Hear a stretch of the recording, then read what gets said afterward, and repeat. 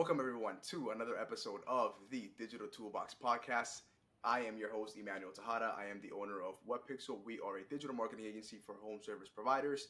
And our guest today is Brian with I Want to Mow Your Lawn. Brian, go ahead, man. Introduce yourself. Take it away. Emmanuel, thank you. Appreciate you having me. Name is Brian Schwartz, founder of the registered nonprofit I Want to Mow Your Lawn, Inc. I Want to Mow Your Lawn has recently become a registered trademark. We are a service that provides essential landscaping to older adults, military veterans, people with disabilities, anyone else in need that truly can't afford it or can't do it themselves. That is awesome. Brian, let me ask you right away, how did you get into that?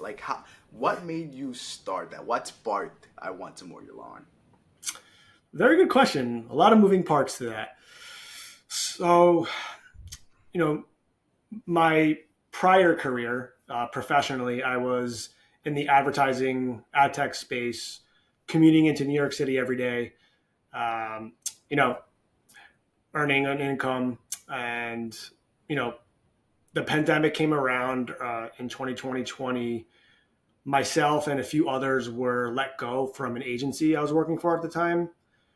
And it was very unnerving with everything going on in the world in the pandemic and all the uncertainty, coupled with millions of people losing their job and seeing things in the news about seniors being vulnerable to the virus. And at the time of me losing my job, I had an 8-month pregnant wife at home and a father battling terminal illness.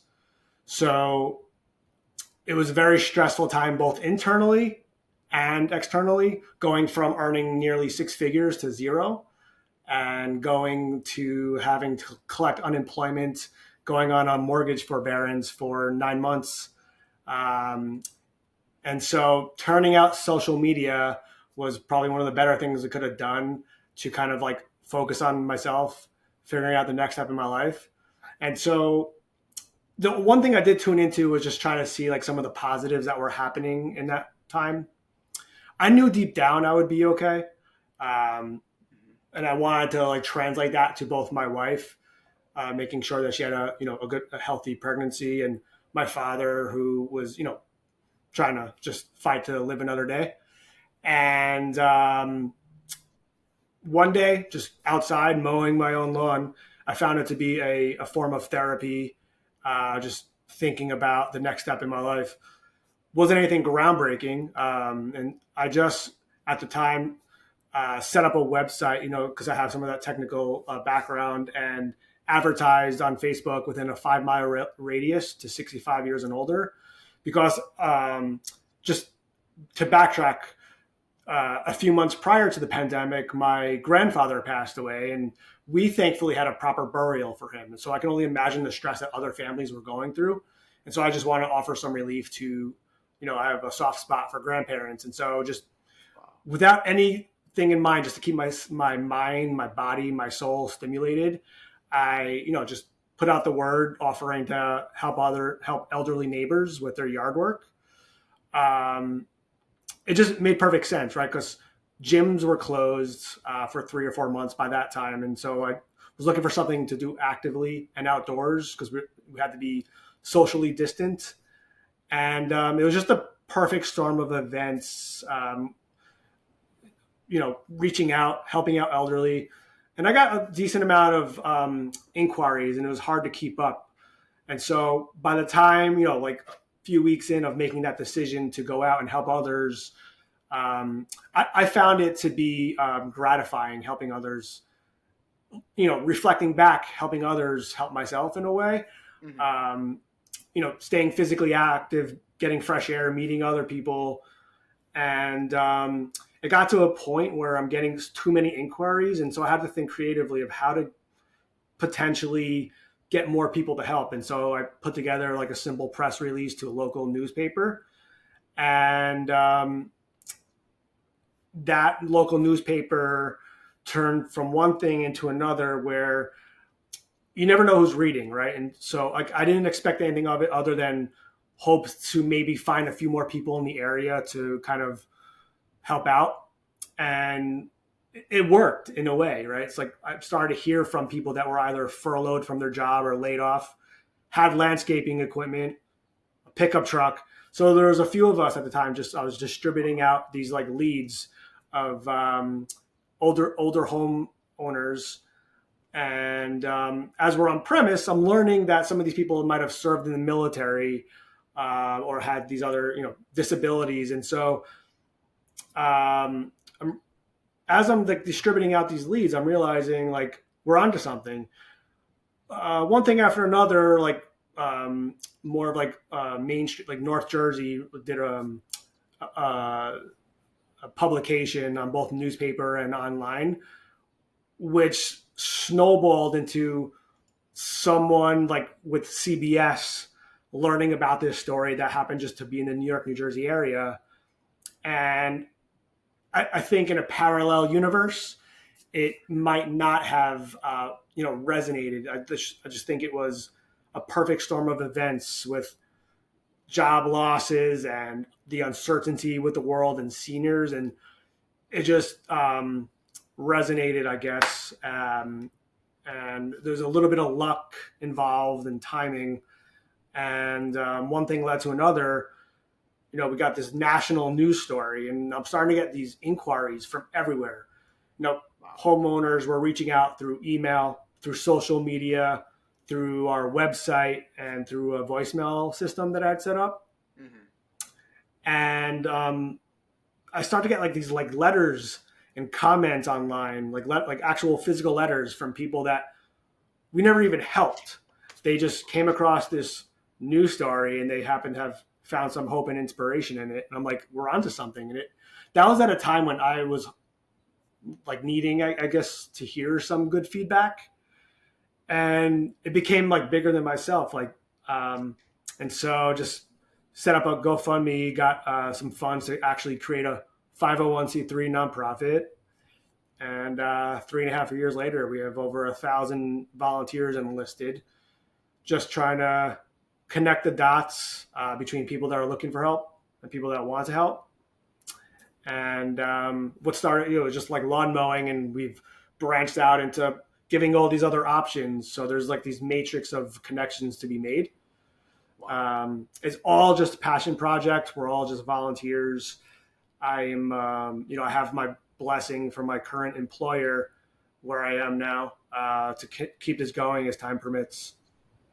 Wow, that is an incredible story, and there's so much to unpack there, right? So much to extrapolate on. So let's run it back. So you mentioned when you started this during COVID, and now when you started advertising on Facebook, was that kind of coming out of your pocket to be able to reach those senior citizens in your area? My own personal savings, I had like $500 or so to work with, and I was actually. Prior to that, I was doing like some like Instacart gigs just to keep my mind and body like just active in terms of generating an income. And like right out the gates, like it was just a straight like personal investment with zero ideas of where it would lead. Just following my heart, wanting to just get the word out, and I did. It was personal funds. Before it was a 501c3. It was not for personal gain. I wasn't charging anything. Occasional homeowners would offer a tip. I just said no thanks. Practicing social distancing was my response back to them, and it was more so, like knowing that my father was going to eventually not be with us. It also like combined with the world events, it made me think about my own mortality and not wanting to wither away in mediocrity, thinking about myself. So it was a way for me to do something that mattered at a time when people really needed it. Wow, and that, the way that you speak about it, Brian, that it just shows that this is coming straight from your heart. It's coming, you can look in the mirror with a pure heart and say, yes, I did this because I wanted to help.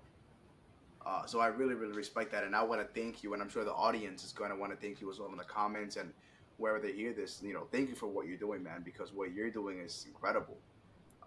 And thank you. And again, I just want to like reiterate, like helping out a neighbor with landscaping isn't anything groundbreaking, right? So just kind of like using this platform to make those connections a little bit easier and more comfortable, right? Because people are helping their neighbors all the time. So hoping to work with those people to kind of help him expand to the next block over and the next border and the next state. So, and then the next country. Yeah. so yeah. That's awesome.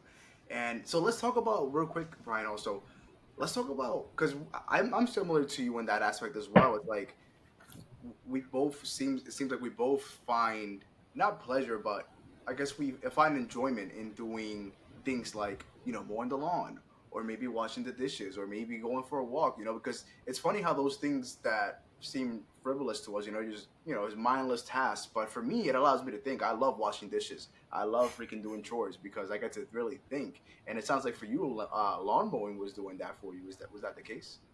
100%. It's like in a similar way. It's like you're sitting at a fire and cooking marshmallows, and you're just staring at the fire. That is like, there's like that therapeutic element to that. And for me, it was, adding a little bit of activity, just going down these straight lines. Same feeling.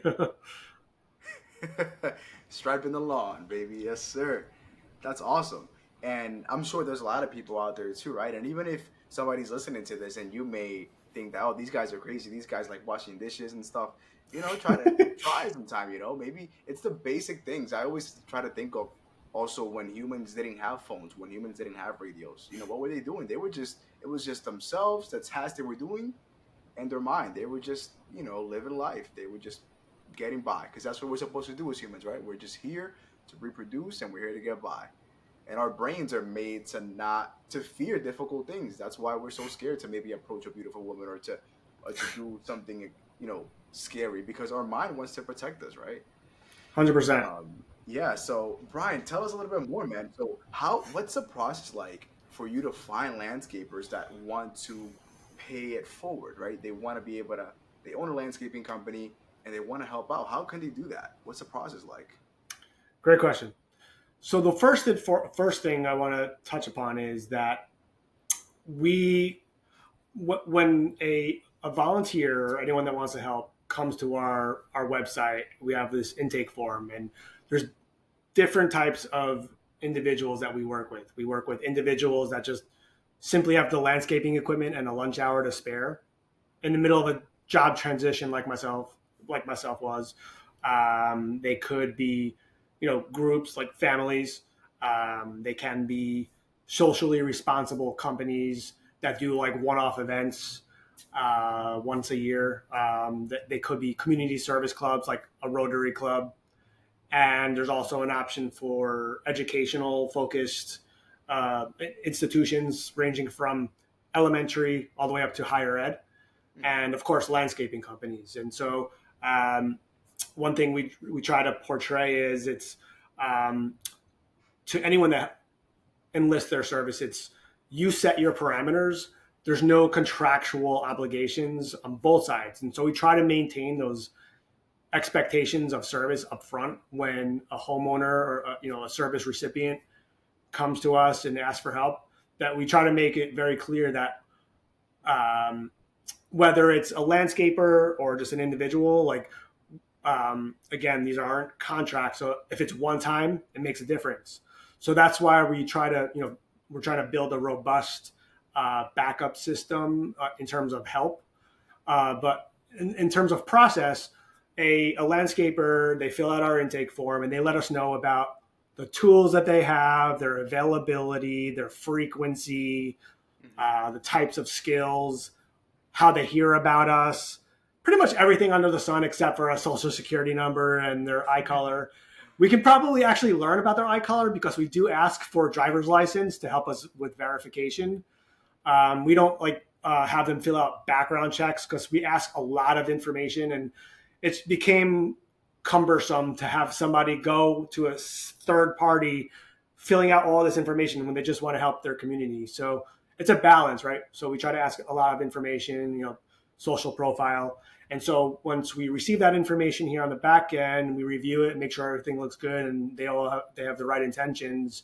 Because the homeowners that come to us, we did a lot to build this trust, to fill out their information. Because as we all may know, especially the elderly audience tend to get taken advantage of with certain offers and services. And so they're always cognizant of giving out their information. So we just want to make sure that those that come to us have the right intention.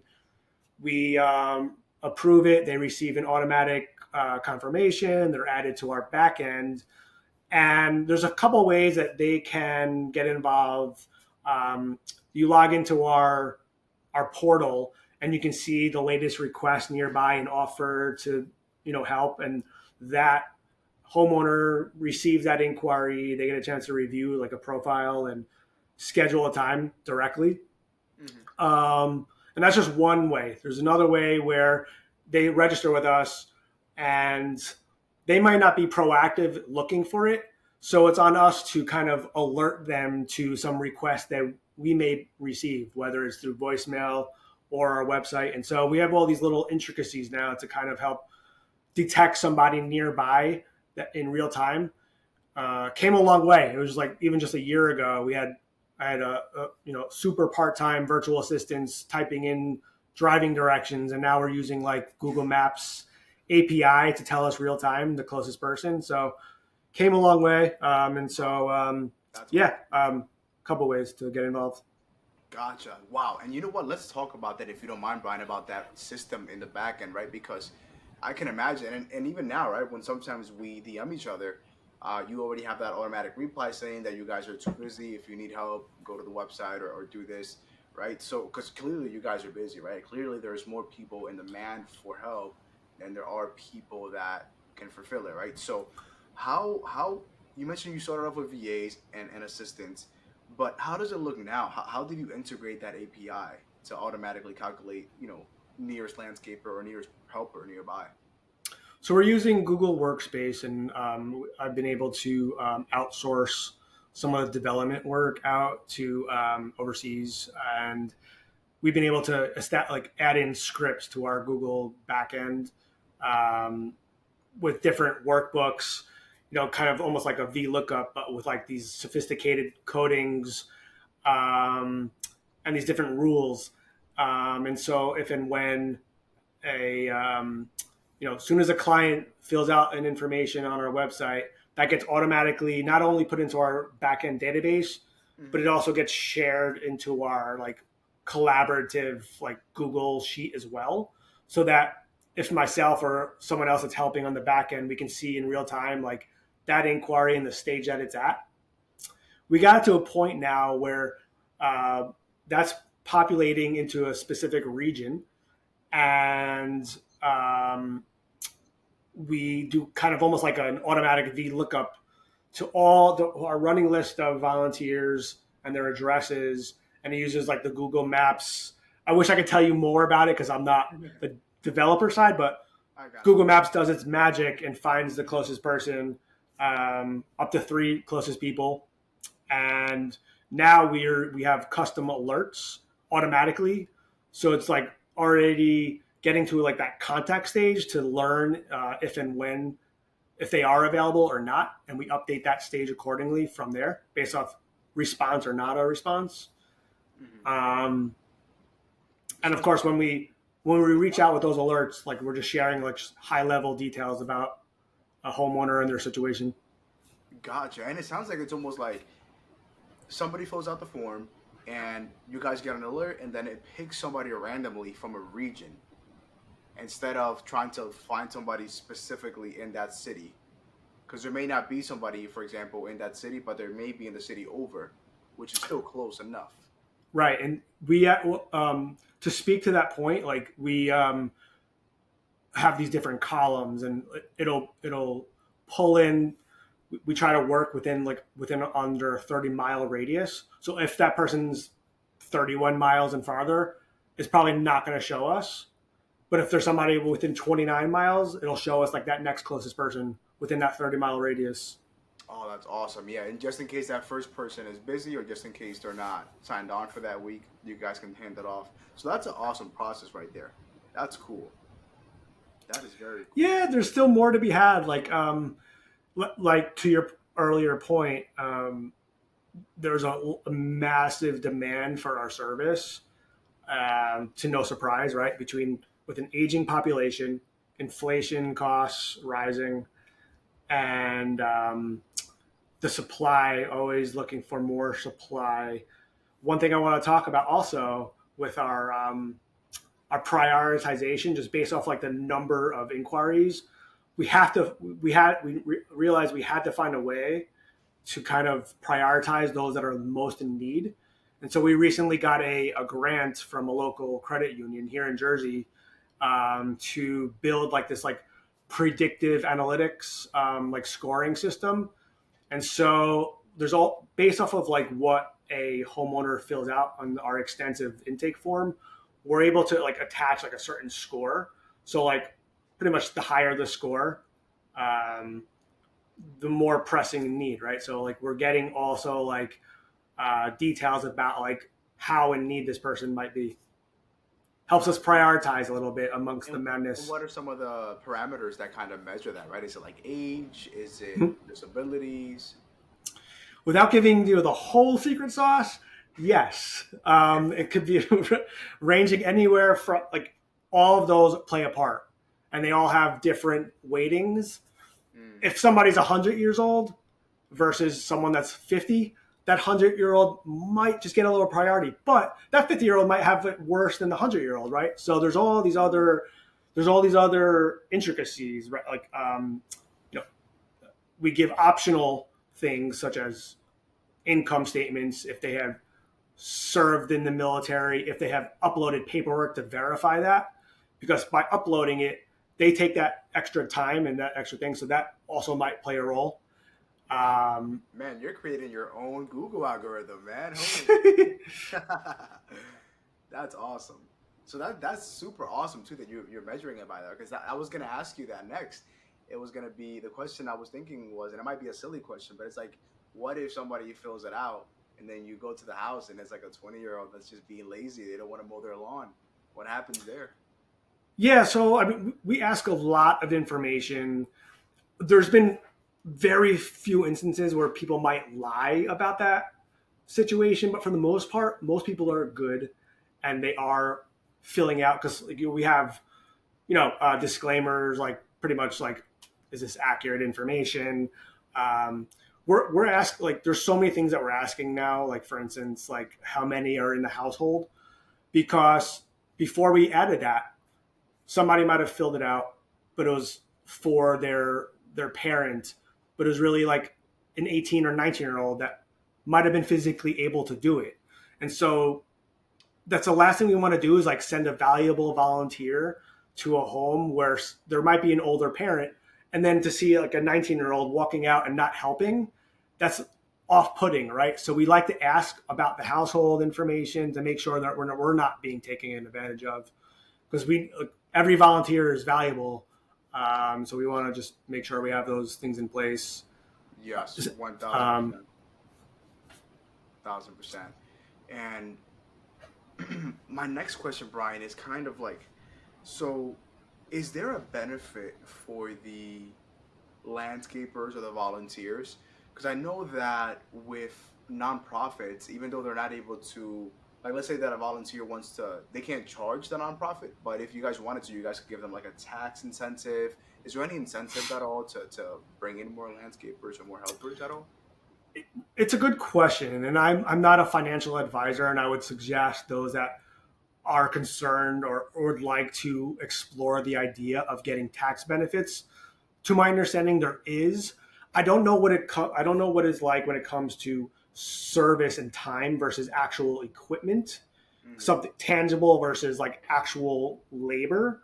So that's something that probably it might vary by state, and I don't want to give you the wrong answers, but at least when we participated at like a landscaper conference, some people that have explored the idea of doing this with the idea of getting tax benefits, supposedly one should be doing X number of hours in order to even qualify to receive like a tax benefit. So it's more so about the intrinsic, like the altruistic ability to give back to the community while spreading awareness, right? Like work with like kind of like a newer landscaper. Might have been like out of Bergenfield or Teaneck, New Jersey, a couple of years ago, and they offered to be of assistance to like an older woman, and it wouldn't have been a homeowner or a lead that they would have helped otherwise because this person just couldn't afford it. So while they're on premise with their billboard truck doing community service, somebody from across the street saw them and they became a paying customer. So you never know who's watching, right? So that was just like one, like, right. So like we have a profile, and so if they happen to have a website, there's like added link juice back to their website if we're talking digitally, right? We have our active social channels, so we like to collaborate. We've did some collaborations with local landscaping companies and got some added awareness on our YouTube channel, and yeah. Gotcha. Yeah. So that there definitely is a benefit. There definitely is a benefit, right? Because like you mentioned, the link juice, that extra backlink can, boost their outcome in the algorithms of Google, right? When people search up for landscapers in their area. There's and I'm sorry. Yeah, like you also mentioned people can see that, right? Even though they don't know if they're volunteering or not, people will see that truck there. So, you can get a chance of becoming a client there. And also, if they record content and send it over to you, you might even post it on your I Want to Mow Your Lawn profiles, which can give them some more notoriety as well. So there definitely is some incentives there for more landscapers. So that's pretty cool.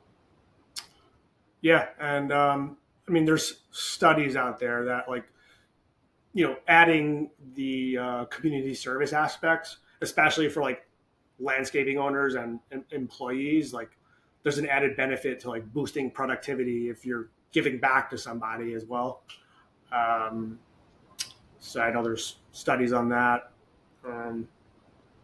Gotcha. Yeah, that's awesome. That's awesome right there. And if somebody wanted to, I guess actually I have a good question here, Brian, because I know there might be some people in the audience who may have some confusion, right, about how a nonprofit works versus how a traditional LLC works, right? So I know we're both not lawyers here. We're both not financial advisors.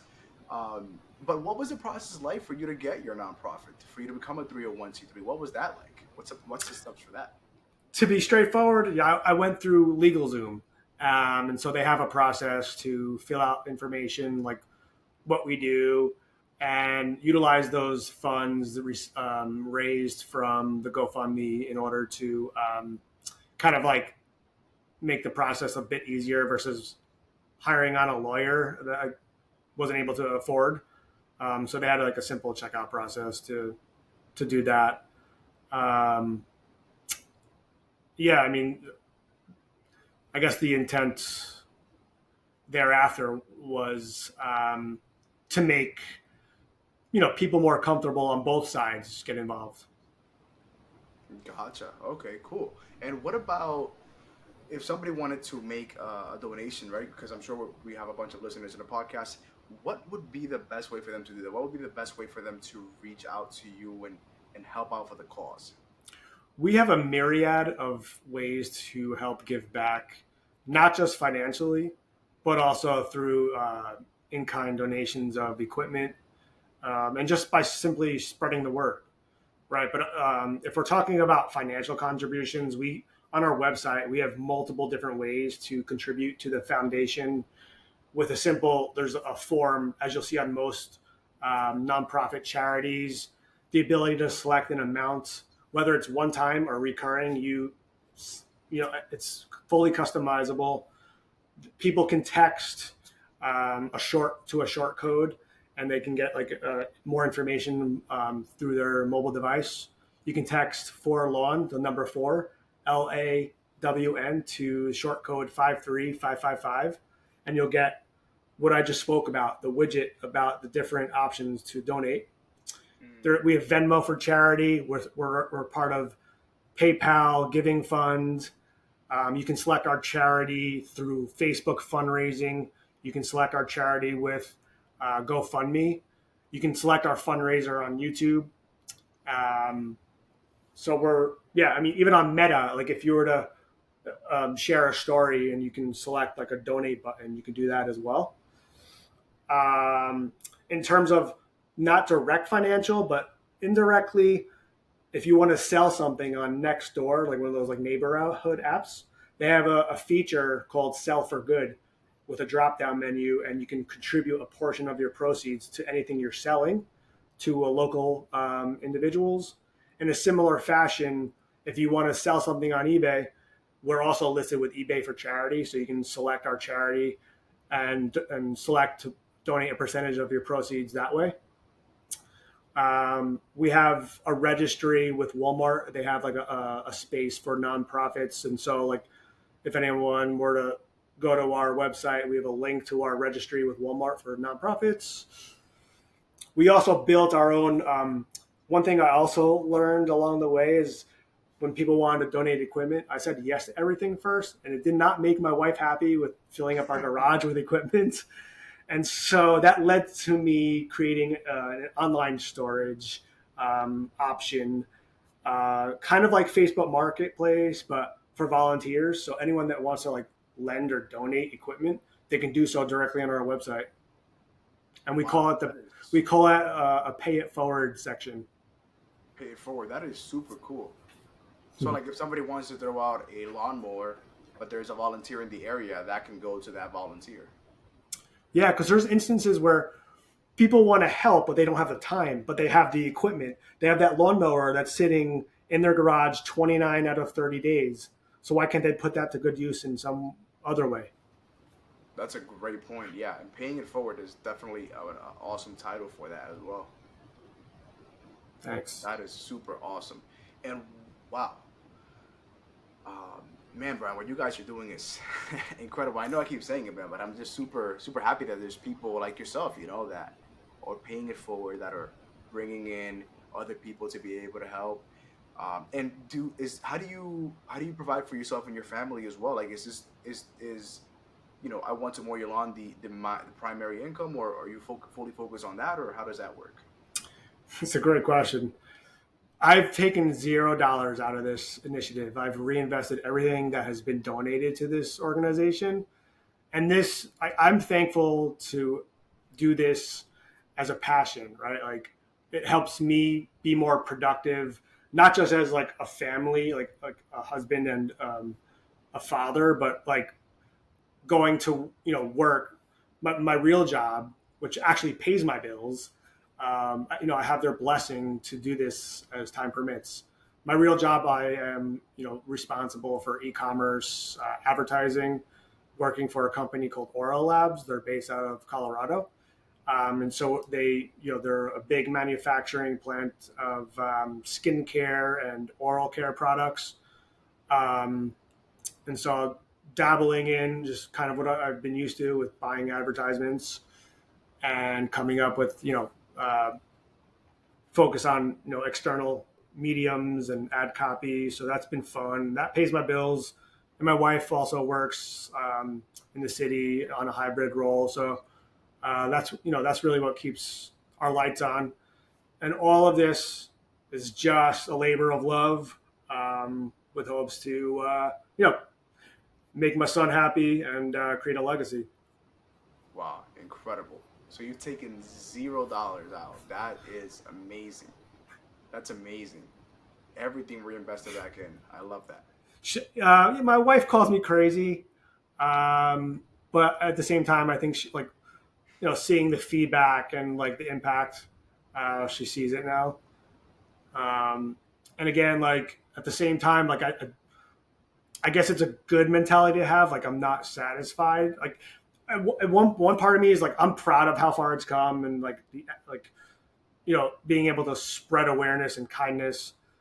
And if it were to, like the lights were to get turned off on it today, like I'm so happy about it'll evolve in some way, shape, or form.